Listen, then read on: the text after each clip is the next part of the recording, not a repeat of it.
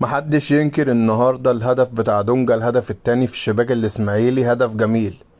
بس راهنك لو سألت أي زملكاوي الهدف ده بيفكرك بإيه، ورد عليك وقالك إنه فاكر، هينكر على طول. عارف ليه؟ تعال أقول لك أنا الهدف ده هيفكروا بإيه. يعني دونجا يوم ما يحترف ويجيب هدف عالمي يفكرهم بجون قفشة القاضية ممكن، القاضية ممكن.